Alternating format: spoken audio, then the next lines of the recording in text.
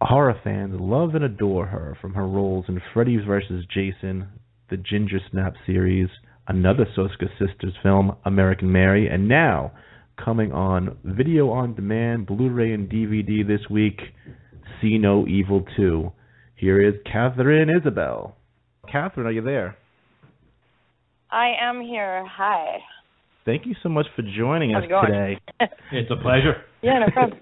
That was like a Beavis and Butthead line. Hey, how's it going? So I got to ask you right off the bat, what's it like working with the Soska twins? Super boring. No, I'm kidding. They're amazing. They're so much fun. They've become best friends of mine. And watching them work is like watching some kind of force of nature. You know, it's that electric feeling you get when you're in the middle of like a lightning storm. They produce such an energy around them. They suck everyone into it, and everyone finds themselves going above and beyond to make them happy, to do their best work for them. They really inspire passion and enthusiasm in people. Whether you want to or not, you end up being totally enthusiastic at the end of the day when you're around them, because they're crazy. Well, it's funny because you seem like the most proper person in different interviews that we've heard you in and different things that we've read. And they have mouths that make sailors blush. I'm just trying to figure out how you perform such a close bond. If you put me in between them, then I sound very proper because, you know, they're so wild and outlandish. Yeah, I mean, I think I probably try to tone it down when I'm in public, but, you know, we have a good time. There's no doubt about that. Anything goes on the Matty P Radio Happy Hour, so. Right on. I'll call them up. They'll wear a blue streak for you. So what's the craziest thing you ever heard out of their mouths? Oh, my God. You know what? Shit, I would have had to think about that for a little while. What was it the other day? It was like, have you ever been fucked in the eyeball? Well, I don't know. I just, like, I won't even be paying any attention to them, and then I'll just hear something, just turn around and be like, what the fuck did you just say? And Syl, with, like, the most innocent look on her face, will, you know, explain to me how it's all like, oh, I was just saying how adorable it was. You know, have you ever been skull fucked when you're, I can't even remember. I just go like, no, I don't. Just stop. And they always, especially Syl, comes to me like, have you seen this movie in the part where the guy gets his fucking dick? And I'm like, no, not gonna see it. And like she gets like crushed. She goes, oh yeah, because I don't watch scary movies, and she watches the most horrific shit and gets really excited and wants to tell me about it. And I literally just walk away from her. No, I don't watch horror movies. They're scary. But isn't that kind of like your genre now? No, man, I've only done like 4 or 5 horror movies and like 100 and something credits. I mean, you know, it's just that everyone is the people who like horror movies are so enthusiastic. They're so rabid about it. You know what I mean? Like, you don't get conventions where people dress like you for anything else but like horror movies and comic movies. You know what I mean? Like, you don't get that for like independent family dramas or romantic comedies, or, you know what I mean? Like, yeah, I tried dressing like Hugh Grant once. Yeah, you know what I mean? Like, big fucking deal. No, I don't watch horror movies. They're scary. I don't watch the ones that I'm not in. I watch the ones I'm in because they're not scary because I was there. And I like to reminisce about all the fun we had. I like shooting them. They're fun. But no, you couldn't. I'm sitting at home watching like the Lego movie. Like, I'm not watching fucking anything scary. Well, were you a wrestling fan? I already am, like, psychologically damaged enough. Like, I can't walk through an underground parking lot in high heels with the click, click, click without getting, like, completely fucking freaked out and, like, running to the door with the key. Like, I'm already psychologically traumatized. I don't need to watch other people's shit. Were you a wrestling fan coming into this movie, seeing that Kane is the lead star?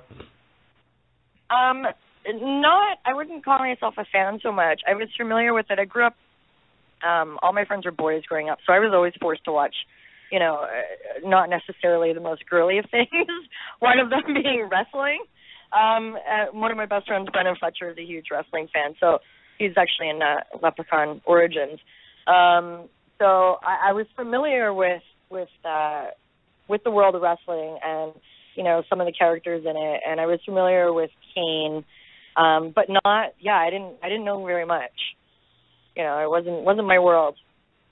Well, you played so many serious roles lately. Did you like playing someone that was so crazy, weird, and just over the top?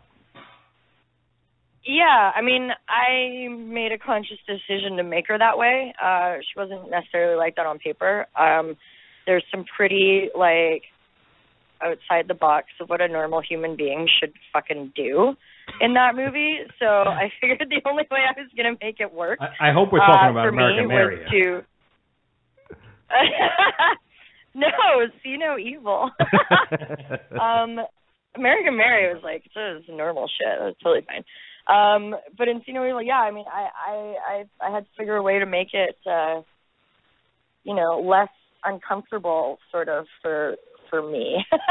And the way to do that was to make it just fucking crazy outlandish. And I was apologizing to Kane. I made him blush, like, several times. He was horribly embarrassed about the things I was doing to him. It's not every day that you come home, like, so that happened. It was fun. I mean, when you're locked in a mental institution with the twins, like, you just feel like everything's basically normal. Now, your character has an obsession with serial killers. What real-life obsessions do you have? Okay, I do actually have an obsession with, like, weird, like, I watch way too many murder shows. I watch way too many Forensic Files. City Confidential, narrated by Paul Winfield on A&E, was, like, one of my favorite shows ever. Bill Curtis, like, he narrates my dreams at night, I'm pretty sure. All those shows, like, I watch way too many of the, like, real crime documentary shows. So real crime is okay, but fake horror is what freaks you out. Yeah, real crime is fine. I mean, unless, like, I probably shouldn't watch too much of it, but, like, the suspense and shit gets me. It's the suspense. Like, I couldn't care less about the gore. The gore is, like, whatever, man. Like, nice effects. The suspense, older horror movies. Fucking, the suspense is what really gets me. After a while, all the slasher stuff, I get bored, but it's the suspense that completely freaks me out. I can't handle it. So then, who's the sexiest serial killer and why? The sexiest serial killer? I don't think any of them are particularly attractive. I'm going to pass on that. All right, with the Soska sisters, you're all in a burning building, and you only have time to save one. Which one do you save? Oh, damn. Jen. I saved Jen Soska. She's my wife. I'd make an attempt to save Sylvia, but she'd probably be like, you know, no, I can't leave my comic books in the fire, and I'd just leave her there. I'd save Jen for sure. What's the most Jen could live in the world without Sylv. Sylv couldn't live in the world without Jen. I mean, like function. Like, if we left Sylv alone on a corner and came back a month later, she'd still be there, like, really confused. Whereas, like, Jen could navigate her way out of anything. So I'd take Jen with me. She's more useful to me. I love you, She's Sylvia. a good tool. Yeah. You got to tell us, what's the most girly thing about them? We see them here as, you know, horror queens. There's got to be something really girly about them. Well, okay.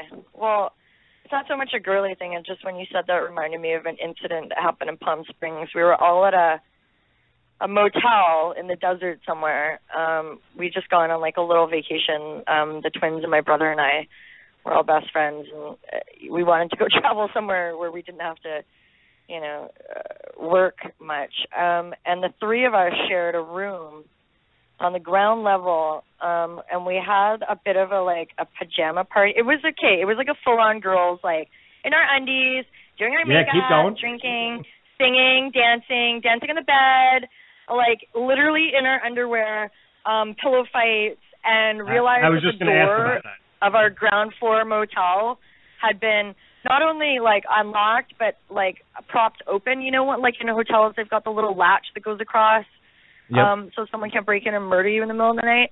That was, like, in the door, so it was, not only was it open, but it was, like, open, like, an inch and a half. Like, anyone walking by could have seen what we were doing. It was, like, a full-on, and, you know, you see that in a horror movie, and you go, like, that's so fucking stupid. Like, that's so cliched. No one would ever do that.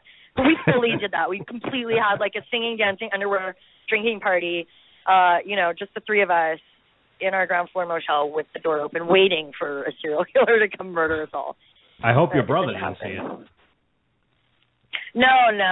He was at dinner with friends, so he was spared that. All right, American Mary has sparked debate between horror fans, so you got to settle it for us once and for all. Did Mary have dual personalities? Was she crazy from the beginning, or did the rape drive her crazy? Or is she even considered to be crazy in the world of the Soskas? I say it's the rape.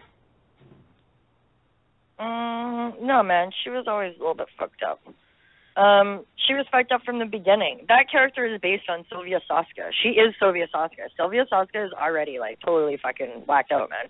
Like, she's already, you know, when you meet Mary, she's already, like, strange. She's already antisocial. She's already, like, completely awkward around normal people, having a normal conversation in normal society. You know, it's weird for her already. She's already got a little bit of a screw loose.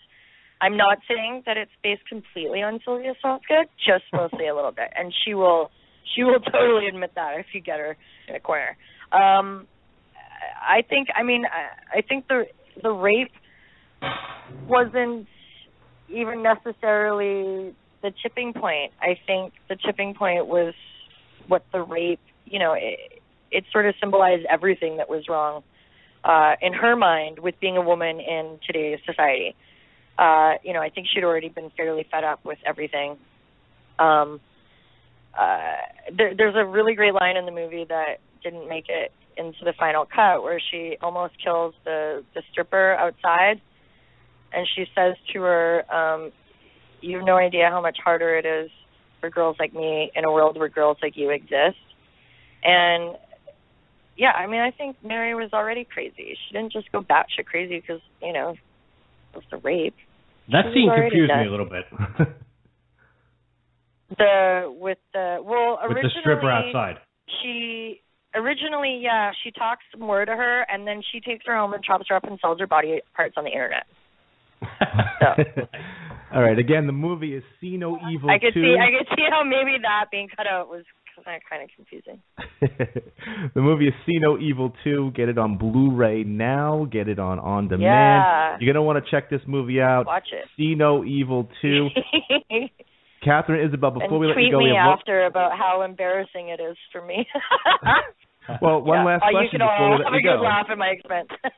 One last question. Did Kane get aroused in the scene where you're humping his dead corpse?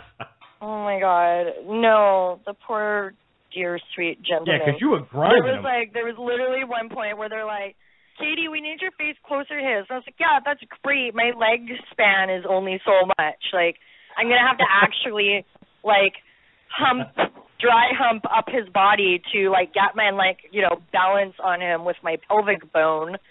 Yeah, it was uncomfortable and awkward all around especially for poor For you, Glenn, maybe not him. Very nice. But how many people can say they dry humped Kane?